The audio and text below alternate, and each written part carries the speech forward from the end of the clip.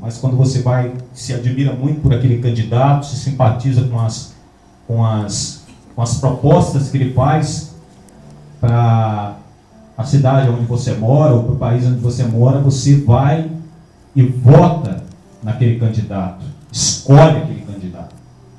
Quando o povo, na sua maior parte, faz uma mesma escolha, a maior parte desse povo faz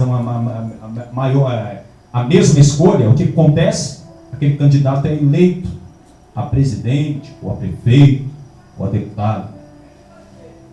Então, eleição dá a entender aqui escolha. Então, Deus elege. E há muita discussão sobre isso, como é que Deus pode escolher uns e outros não, né? Como é que está isso na Bíblia? E existe aqueles que dizem que a salvação ela se dá pelo processo da escolha humana mesmo. É limitado, né? É ilimitado, vem quem quer, quem escolhe é salvo, né? É responsabilidade do homem, unicamente do homem. Deus não intervém nessas coisas, na decisão do homem. Mas aqui parece que o versículo está mostrando uma eleição. Eleito. Isso aqui tem muita discussão, inclusive um dos pastores que é muito conhecido, que é o pastor Silas Malafaia, ele defende muito essa teoria arminiana, que é essa questão de Deus escolher o homem, arminianismo. O que é o arminianismo? Que vem da teoria de Armínio, né? Jacó Armínio. O que é o arminianismo? Diz que o homem ele pode decidir sem querer ser salvo ou não ser salvo. Não existe graça irresistível. Deus não intervém nessas coisas, é o homem que tem que escolher. Se ele escolher ir para o inferno, ele vai para o inferno. E parece que a Bíblia não dá muita margem para esse ponto, né? É claro que em algumas coisas Deus vai permitir que o homem tome algumas decisões, porque questões de soberania divina. Mas veja a palavra eleger, significa que Deus fez uma escolha antes da fundação do mundo, para que fôssemos santos e irrepreensíveis diante dele em amor. Então Deus elegeu, ele escolheu algumas pessoas, um grupo em especial, e deu a elas o Espírito Santo. O Espírito Santo trabalhou na vida dessas pessoas. O Espírito Santo santificou essas pessoas, justificou essas pessoas e operou neles o quê? A salvação. Para que fôssemos santos e irrepreensíveis, santos e irrepreensíveis diante dele em amor. Certo? Vamos pegar um outro versículo que está escrito sobre eleição. Eu acho que é a primeira carta de Pedro. Será que o homem é eleito?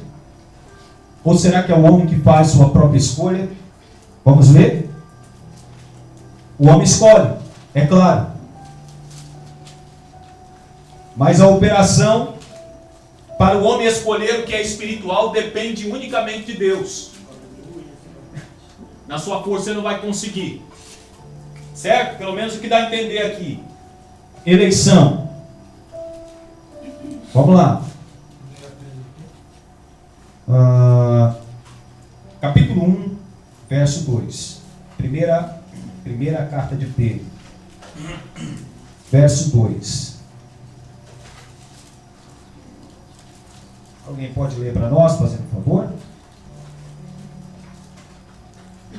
Eleitos segundo a presciência de Deus Pai, em santificação do Espírito, para a obediência e aspersão do sangue de Jesus Cristo. Graça e paz vos sejam multiplicadas. Então, eleitos segundo o quê? Presciência. Presciência. Pode falar, pastor. Presbítero. Deus, ele... Porque às vezes a gente tem dificuldade de entender quando o pecado entra no jardim do Éden, quando Satanás engana Adão e Eva, e eles que são o pai da humanidade, né? Todo homem, toda mulher veio de Adão e Eva. Então, isso espiritualmente dizendo, o homem nasce com a semente do mal, o homem nasce morto. A palavra diz que o homem está morto, então é por isso que o homem não pode encontrar Deus estando morto. O morto não tem escolha. Então primeiro Deus tem que fazer algo, tem que trazer a vida para que haja uma escolha, haja uma direção. Então o processo da salvação é feito isso. Não é o homem nasce, o dia que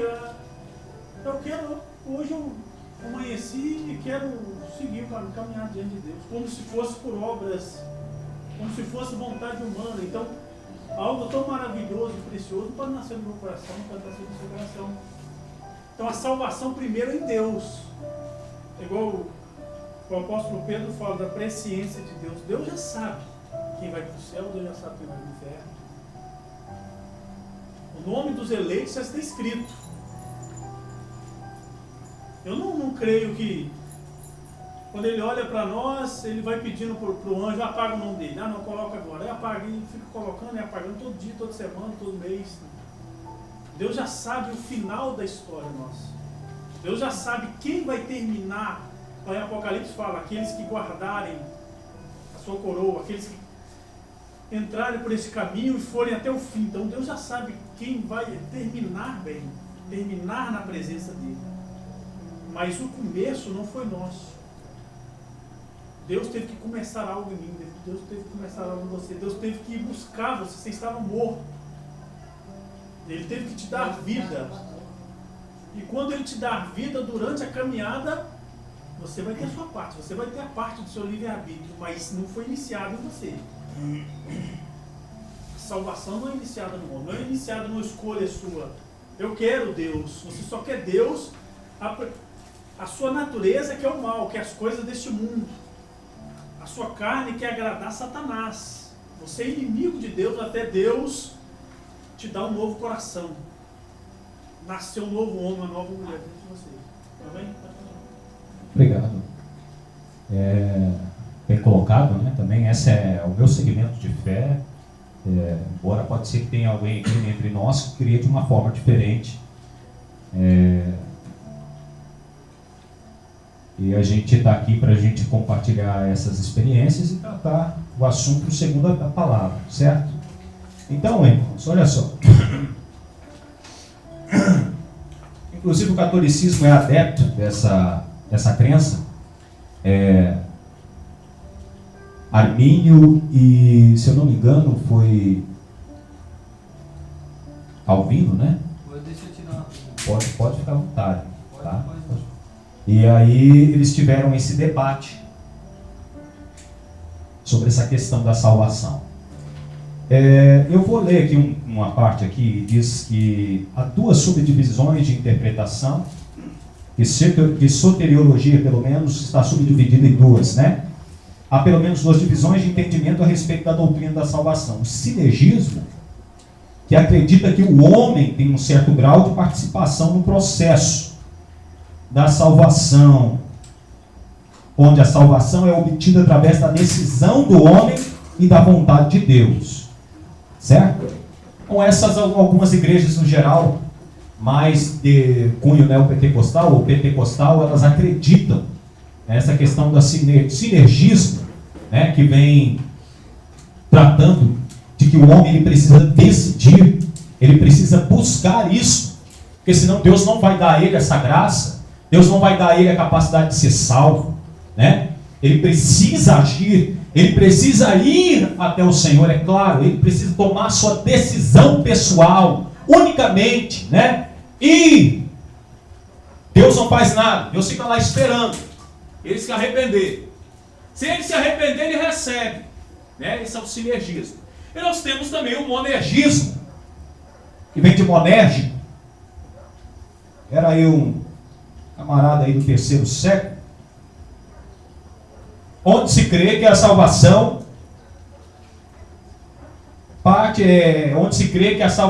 parte da vontade absoluta de Deus, e o homem, pela fé, é incapaz de resistir à vontade de Deus.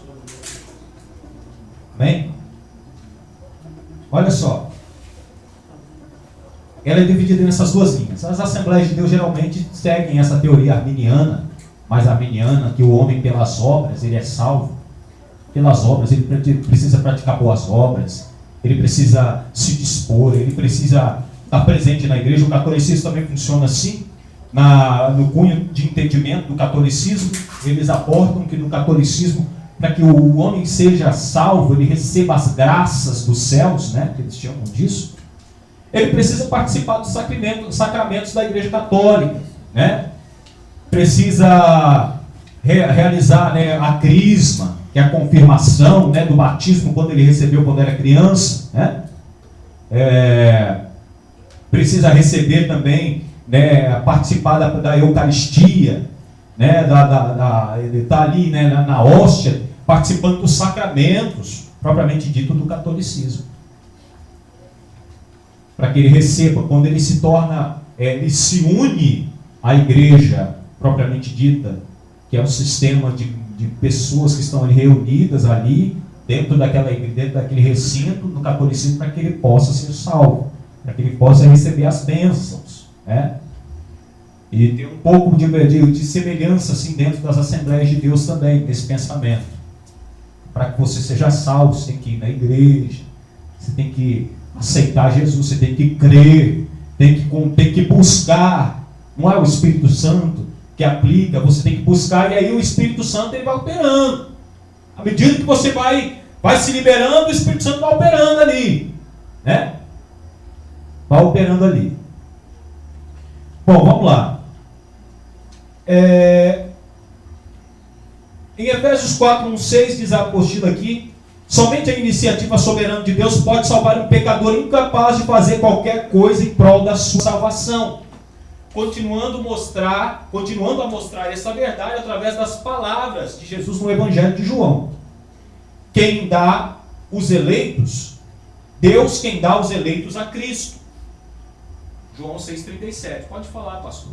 Então, às vezes, né, sentiu alguma dúvida de alguém, mas eu vou falar de mim, da minha própria, né?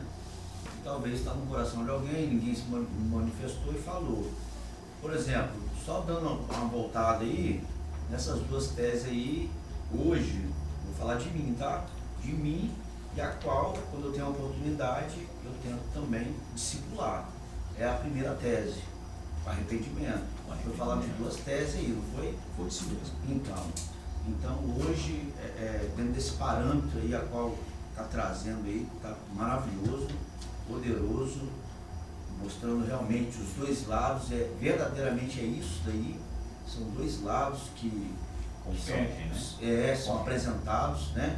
Então eu fico nessa primeira tese aí, é a minha linha de raciocínio, né? Não sei quais são dos irmãos e até mesmo do ministrante. Como eu estou falando aqui, isso aqui é um curso teológico, né? Cada um tem o seu segmento de fé. Praticamente na teologia a gente trata desses dois assuntos para que os irmãos possam equilibrar, fazer um consenso diante do Senhor, terem a revelação de Cristo dentro desse fato, né? Mas a gente vai ver mais para frente os textos, e à medida que os irmãos forem observando os textos aí, formos observando os textos, as dúvidas dos irmãos vão sendo solucionadas a esse respeito, porque a palavra é que vai nos responder. A minha dúvida foi voltando ali no Max, que ele falou que ele acredita que quando o nome é escrito ali, não é apagado, que Deus já sabe quem vai ser salvo. Não, na verdade, assim, não é que não é apagado. Porque assim, Deus já sabe lá na frente. Deus não escreve, o anjo falar, não apaguei porque ele fez uma besteira ali. Não, agora coloca de novo. Sim, é por isso aí que eu quero chegar, porque muitas das vezes, até eu já fiz essa oração para uma pessoa que está voltando para Jesus, se afastou da presença, está voltando. Senhor, reescreve o nome dessa pessoa no livro da vida. Né? Isso aí não existe. Então não existe. Então eu estou fazendo e muitas pessoas estão fazendo essa oração errada. Eu Deus, vejo muitas pessoas fazendo essa oração. Deus só escreveu. E eu, inclusive, eu já fiz essa oração. Porque às vezes a gente pensa que Deus, nossa, às vezes ele não sabe. Deus já sabe quem vai terminar a jornada, gente. Quem vai ter o fim. Tem muitos que vão começar a caminhar, não vão desistir. Deus sabe lá no final. Então o livro só foi. As pessoas que estão no livro da vida, foram aquelas que foram escritas, não foi escrita por mim, por um teólogo, por um homem, por um pastor. Foi escrito por um De pastor Deus. dos pastores. Aquele que sabe no final. Hã? Às vezes a pessoa... Não, a gente tem que orar que aquela pessoa está voltando, mas não que Deus reescreva o nome dela. O nome dela está escrito, ela aceitou Jesus, o nome dela está escrito ali e acabou. Ela tá. É igual aquele ladrão da cruz, por exemplo. Ele teve uma vida que ele merecia o inferno. Como todo mundo. Aí no final, Deus não anotou o nome dele.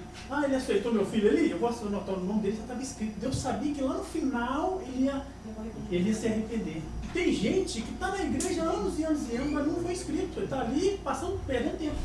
Não foi escrito. Deus já sabia que ele não iria até o final, servindo a Deus.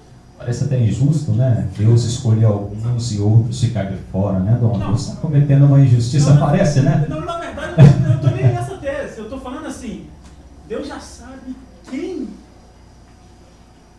entrou no caminho dele e quis o caminho estreito até o final. Tem a parte do homem também, não é assim, Deus te escolheu, que tem uma tese que fala sobre isso, depois eu vou ter uma aula. Deus já sabe que você vai até o final. Aquele que perseverar até o fim, esse será salvo. Isso. E então, peraí, deixa eu só tirar uma dúvida. Então, porque assim, eu já vi situação de pessoas que passaram a vida inteira, não serviram ao Senhor, viveram uma vida de pecado, de erro a vida toda e de repente vai pro leito, né? Aí logo vai homem de Deus, né? No hospital mesmo, e faz o apelo para aquela pessoa, e aquela pessoa ali no leito aceita Jesus, mas ela não teve uma história do Senhor, e ela aceitou Jesus naquele momento. E aí morre. Foi assim com o ladrão da cruz. A Bíblia fala, a gente às vezes acha Jesus meio falou justo. que com ele, ainda hoje entrarás comigo no paraíso. E Judas Aí andou... onde entra. Poxa, se eu vou morrer mesmo, eu já vou aceitar. Não, mas não é A assim. gente Você que me sobrou mesmo. mas o ladrão da cruz, Vamos aceitar o Senhor. eu não O acredito ladrão assim. se compadeceu com Jesus na cruz. Houve uma sinceridade. Ele se Deixa eu falar uma compadeceu. coisa, quer ver?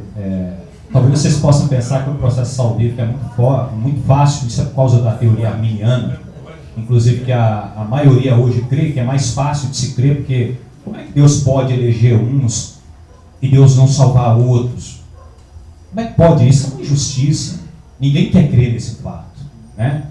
Mas se você tentar entrar dentro dos textos que a gente vai entrar aqui hoje, você vai ver que o tratamento é totalmente diferente, né, daquilo que é natural como homem nós cremos, porque as coisas espirituais elas são difíceis e complicadas. O processo de crer, ele não é tão simples, não é fácil, não é algo natural. Você chega para alguém e você fala para ele do inferno. Eu tenho um tio, tinha, né? Tinha. Hoje gostava muito dele e ele estava com câncer. Ele deu um câncer no intestino dele. Aí a gente começou a orar, minha tia começou a orar também.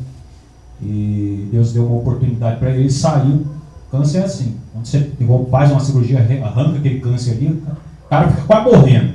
Aí de repente, do nada, oportunidade que Deus estava dando a ele, né? Oportunidade não, tempo, né?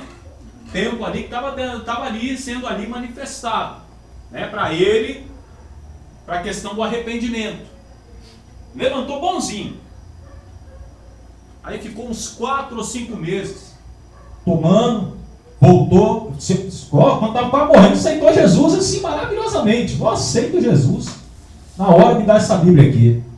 Quando ele ficou bonzinho, filho, ele voltou de novo. Pro álcool, para bebida. E para crer, que quando eu fui pregar o Evangelho para ele não consegui crer de forma nenhuma. Deixa meus santos aqui, cada um crê de uma forma, e morreu assim. Então o processo de salvação não é tão simples. Não é algo que basta você confessar somente com a boca. A Bíblia diz que se confessa com a boca, mas com o coração se crê. Para a justiça. Pode falar.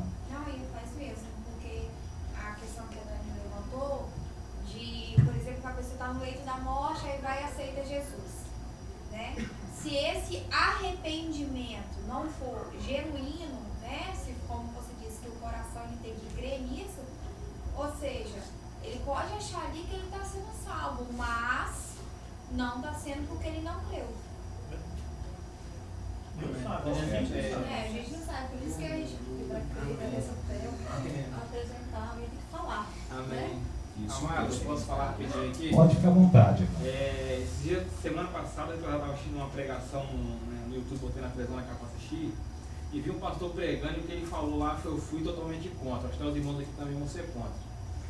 Ele falou que o suicida também é perdoado e vai para o céu.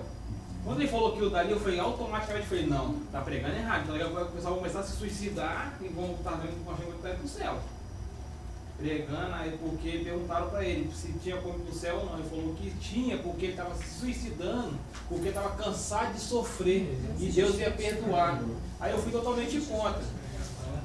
Fui totalmente contra. Tem muito pregador. Infelizmente a pregação que ele fez, muita gente assistindo aquela pregação, foi totalmente fora. Então ele tirou a salvação de muita gente ali. Mas eu já ouvi isso até no meu pré-batismo, que ele falou bem assim, que ainda, a pessoa que estava ministrando falou assim, que ainda assim haveria exceções. Haveria exceções. É até conhecido, um camarada bem... É o que eu estou falando, né? A gente fala sempre que dentro do meio evangélico vem muito humanismo, e não é a revelação puramente dita, né? E o camarada quer colocar as ideias dele lá. E dentro da palavra não fala que suicida, pessoa que tira a própria vida, né? Direto. Né? Então, Até mostra que Judas suicidou, foi para o inferno. Mostra o caso de quem suicidou, eram pessoas que não eram regeneradas. regenerados. O exemplo bíblico é esse. Olha só, irmãos. Vamos ver. O ato salvífico é decisão humana? O ato salvífico. O que é o ato salvífico? A pessoa ser salva, embora ela passe os perrengues dela, mas ela está ali. Ela não deixa de crer no Senhor. Ela continua viva. É um eleito. Será que é a força dela que opera? Será que é escolha humana? Vamos ver aqui o que diz a parábola do jovem de qualidade, o mancebo rico. Abra aí no livro de Mateus. É bom a gente colocar essas perguntas, irmão, aqui, Para que os irmãos reflitam quanto é sério o estudo da salvação. Porque de repente o camarada está na igreja lá, mas não é salvo. Ele teve uma empolgação, ele teve talvez ali uma experiência emocional, ele passou por uma influência psicológica, às vezes uma influência psicológica, e não foi obra do Espírito. Porque a obra do Espírito Santo é consistente. Ela é duradoura. Amém? Vamos ver o mancebo de qualidade. Primeiro vamos ver, há algum impedimento para Deus salvar alguém? Somente o homem pode impedir? Será que é isso? Somente o homem. Isso significa que aquele tio que eu tenho que é incrédulo, se ele não crê, Deus não vai poder fazer nada por ele. Será que é isso? Vamos ver aqui o que Jesus deixou claro aqui no mancebo de qualidade. O verso 16, no capítulo 19, verso 16 ao 20. Nossa, é grande, hein? Até o 30, hein? 16 ao 30. Capítulo 19, né? Eu gostaria que os irmãos lessem tudo, para a gente entender a parábola. Certo? Vou começar e outro vai dando 19, continuidade. 16 ou 16, 19, 19? do 16 ao 30, fazendo um favor. Eu gostaria que todos lessem, né? Um lesse dois, isso, lesse um após o outro. Amém? Vou começar e outro vai dando continuidade. E eis que aproximando-se dele um jovem, disse-lhe, bom mestre, que bem farei para conseguir a vida eterna. Respondeu. Vai, Sandro. Verso 17. Mais 17. Uhum. Disse-lhe Jesus, bem-aventurado és tu, Simão Bar-Jonas, porque não foi carne e sangue. Opa, Tá errado. é o Mateus 19, 17. Mateus Desculpa. 19, Isso. Vamos esperar o irmão achar para ele ler para 19 e nós. 17, né? Isso. E respondeu-lhe ele, porque me perguntas sobre o que é bom? Um só é bom, mas se é que queres entrar na vida, guarda os mandamentos. 18. Disse ele, quais? E Jesus disse, não matarás, não cometerás adultério, não furtarás, não dirás falso testemunho. 19. honra teu pai e tua mãe, e amarás o teu próximo como a ti mesmo. Disse-lhe o jovem: tudo isso tenho guardado desde a minha mocidade. O que me falta ainda? Disse-lhe Jesus: se queres ser perfeito, vai e vende tudo que tens, dá aos pobres, e terás um tesouro no céu, e vem e segue-me. Ouvindo isso, o jovem afastou-se triste, porque tinha muitas riquezas. Disse então Jesus aos seus discípulos: em verdade vos digo que é difícil entrar um rico no reino dos céus. E outras vezes vos digo que é mais fácil passar um camelo pelo fundo de uma agulha do que entrar um rico no reino de Deus. Os discípulos, ouvindo isto, ficaram grandemente alegres e disseram: sendo assim, quem pode ser salvo? E Jesus, olhando para eles, disse-lhes: aos homens é isso impossível, mas a Deus tudo é possível. Amém. É o verso 26 mesmo, 28, né? 27. 27, né? Isso mesmo. 26. Então é o 26 mesmo, tá bom. Certo? Certo.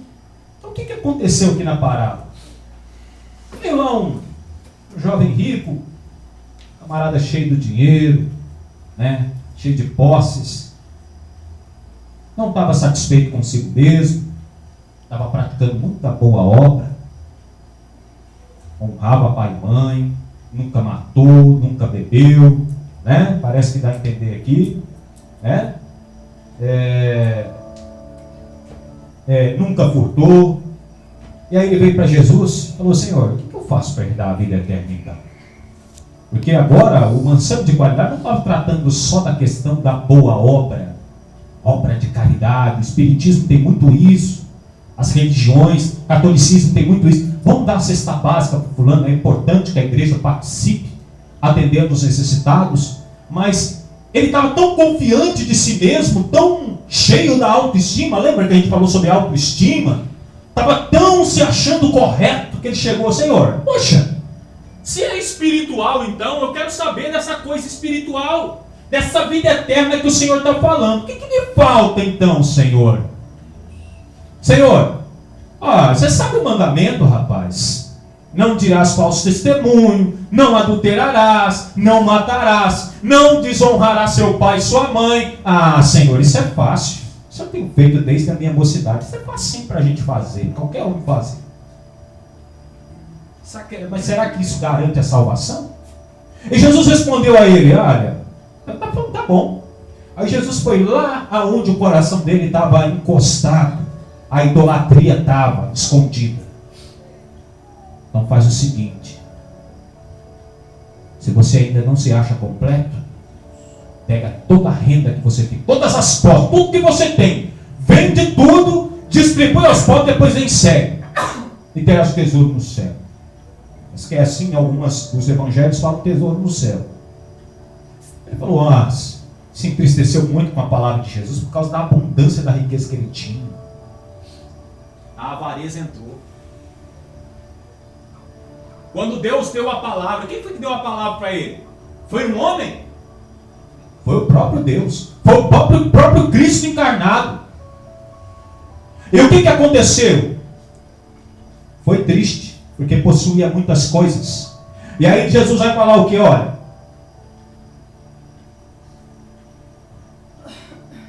em verdade fugiu, que é mais fácil um camelo passar pelo fundo de uma agulha, pelo fundo de um buraco, na parede, nos muros que ali haviam, pelo menos eu creio que é isso, né? Do que um rico entrar no reino dos céus. O que é rico? Será que é pecado enriquecer? Dependendo de como você alcança a riqueza, pode ser pecado.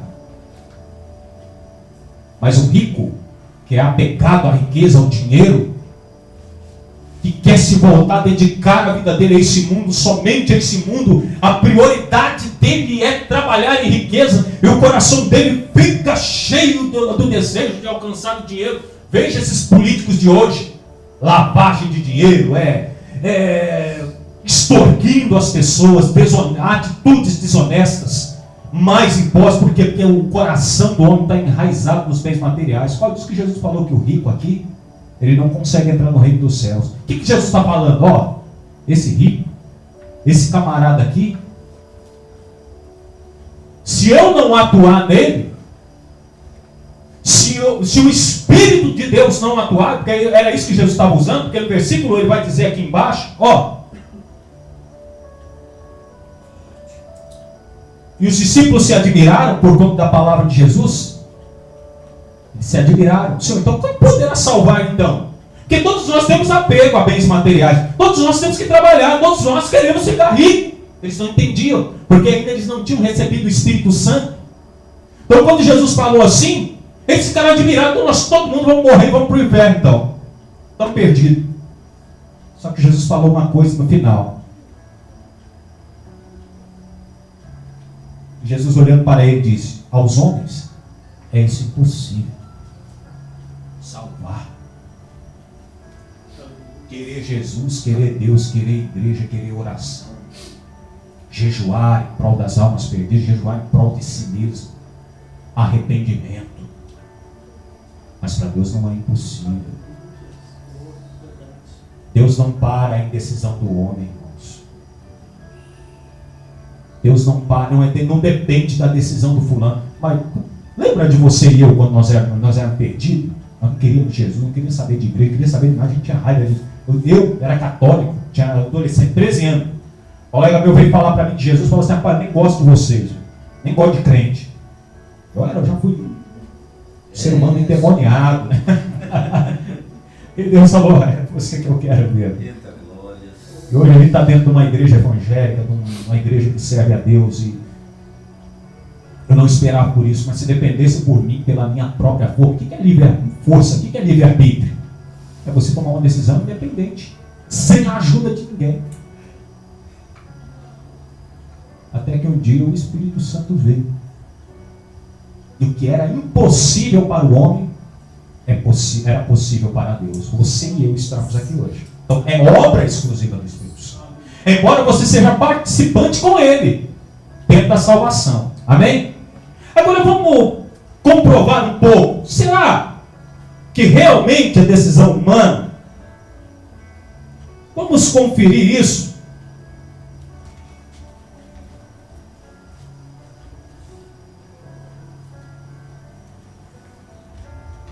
Capítulo 3, na carta aos Romanos.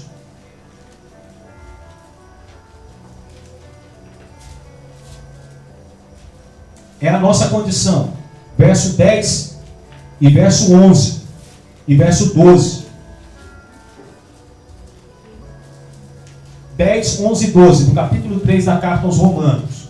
Presta atenção nesses textos. Se você puder anotar os textos que colocamos aqui, estude eles. Busque a Deus em oração para que Deus possa revelar isso a você. Não basta eu vir aqui. Eu posso dizer 10.000 palavras na minha própria humanidade aqui. Mas uma palavra só que o Espírito Santo deve é tudo. Amém? Vamos lá? Capítulo 3, verso 10, 11 e 12. Leia para mim, fazendo um favor. Como está escrito: não há um justo, nenhum sequer. Não há ninguém que entenda. Não há ninguém que busque a Deus. Todos extraviaram e juntamente se fizeram inúteis. Não há quem faça o bem. Não há nenhum só. Nenhum só. Peraí. Não há ninguém que faça o bem? Deus olhou para a terra e não havia ninguém que preferia a justiça, que preferia o que era reto. Não havia ninguém, isso é impossível.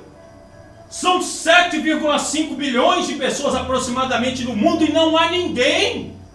E Deus olhou naquela época, quando antes de Jesus vir, olhou para a terra e não havia ninguém.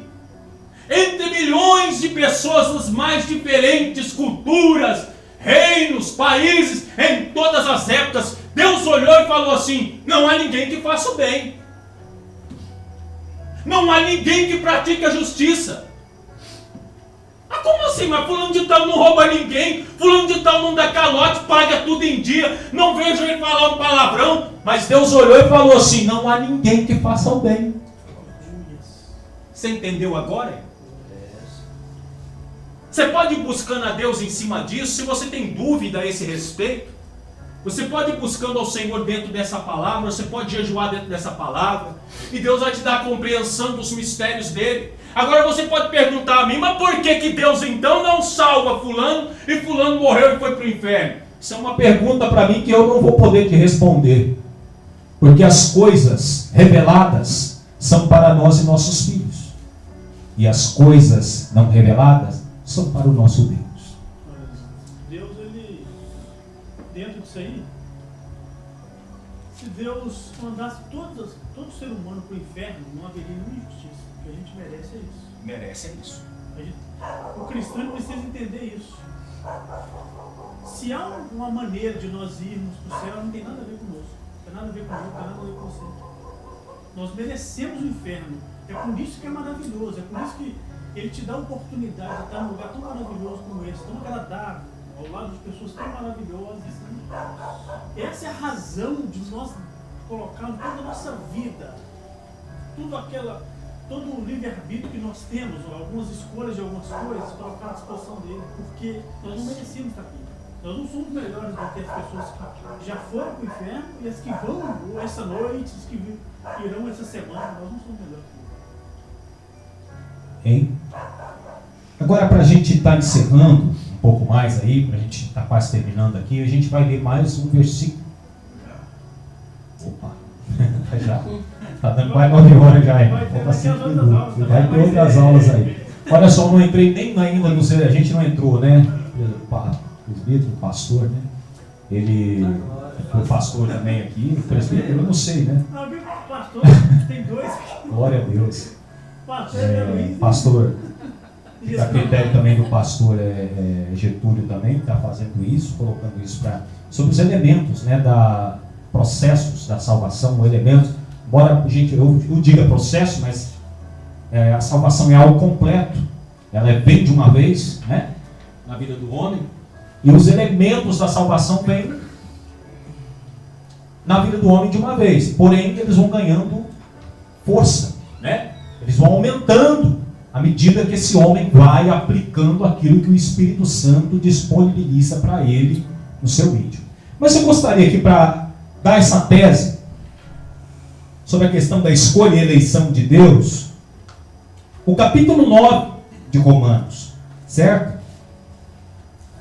Capítulo 9, o verso 6.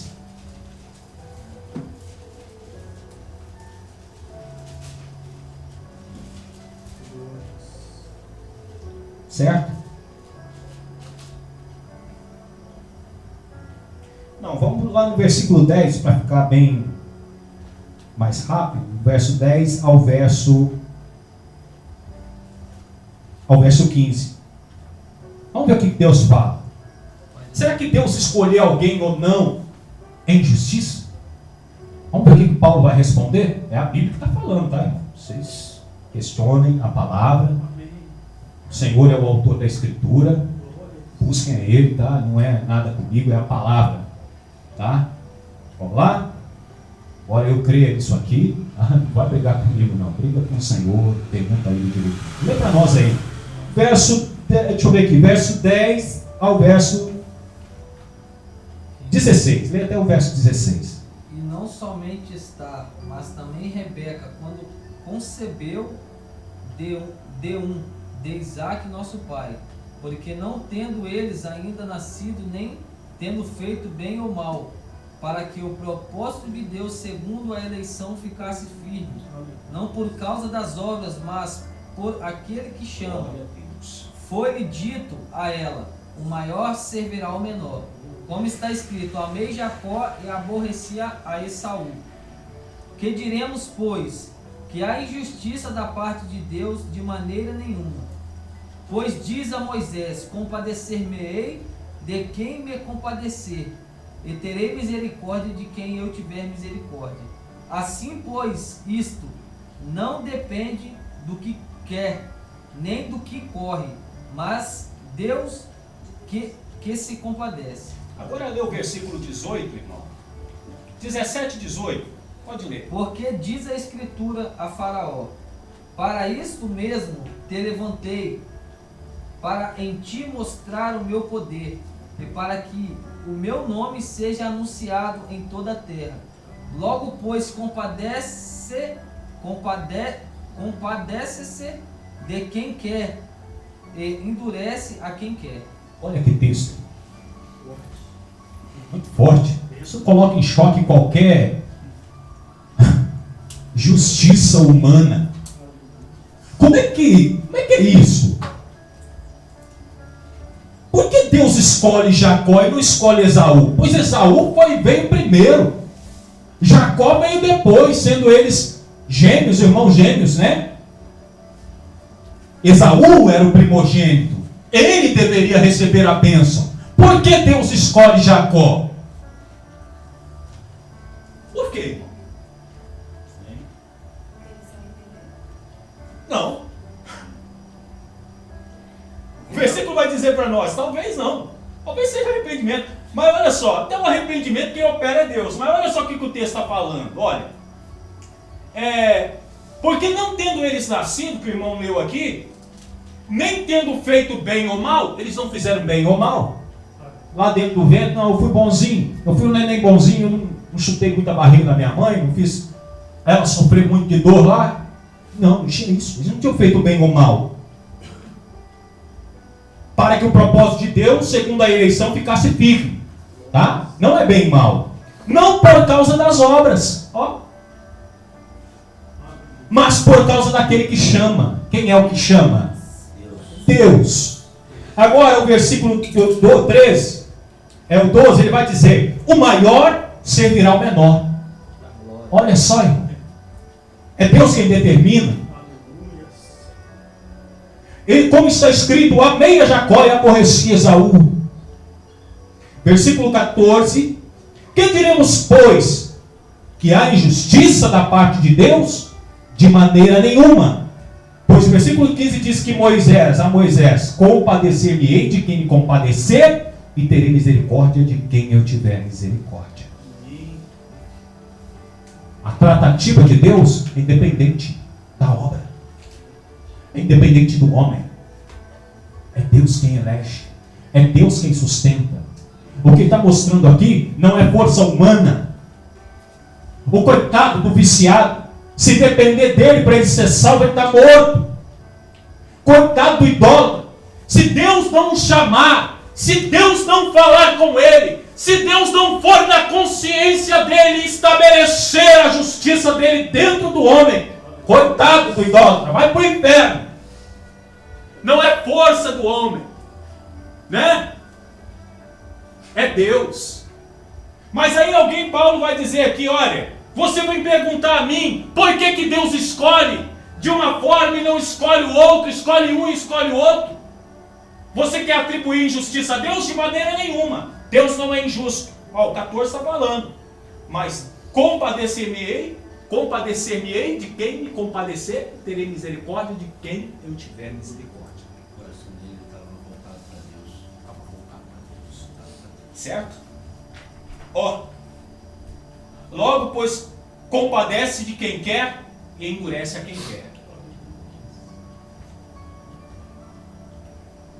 É o Deus que está sendo mostrado aqui no texto. Se você quiser estudar o capítulo inteiro, você pegar um livro, estudar, comparar versículo com versículo, interpretar o texto. Vocês estão aqui sendo teólogos, estudando, vocês podem estudar o texto, né? E chegarem a uma conclusão pessoal, tá? Mas é o que o texto está nos induzindo a entender aqui hoje. É o texto, tá?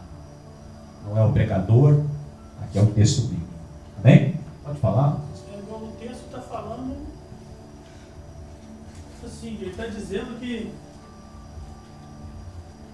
quando Deus vai na nossa família, por exemplo, quando Deus foi na sua família, sabe? E Ele escolheu você. Então, tem a ver com Deus, não tem a ver com você. Você não é melhor do que os seus irmãos. Nós não somos melhores do que a nossa família. Deus, por que Deus me escolheu, me tirou E eu estou na presença de Deus, minha família não está, pessoas que eu amo não está. Dependeu de você, você que correu atrás de Deus, não quero Deus, eles não querem. Não, tem que haver algo de Deus. É isso que o apóstolo Paulo está querendo dizer. Deus foi até você, buscar você. Tem uma passagem bem interessante que diz que salvação, ela não é um Deus jogar um salva-vidas para o homem. Na escolha do homem, na força do homem, o homem se salvar, o homem sair daquela água, daquela correnteza. Não, salvação é o homem morrer, o homem está morto e Deus ir lá resgatar ele, tirar ele da água morto, soprar o fôlego de vida, dar uma vida a ele e ele começar a caminhar, começar a ter decisões a partir do fôlego de vida que Deus deu. Isso é salvação. Então não depende de nós. Se dependesse de mim, eu estaria hoje no mundo como a maioria da minha família está. Não é porque eu sou melhor do que eles, não é porque você é melhor do que eles, é porque Deus te encontrou.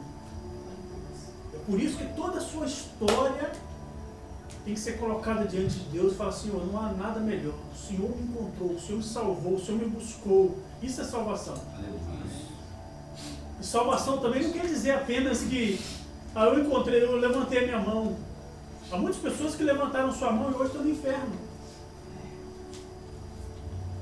Todos os dias, salvação tem a ver com todos os dias você se arrepender, todos os dias você ser redimido, você ser transformado, haver uma nova transformação. Isso quer dizer salvação.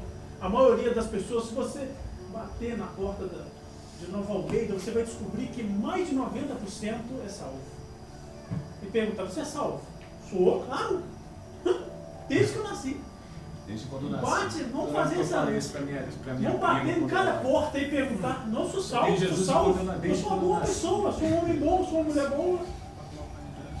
E estão caminhando para o inferno. Salvação é Deus te encontrar, te redimir, fazer um novo homem, uma nova mulher e você caminhar no caminho estreito.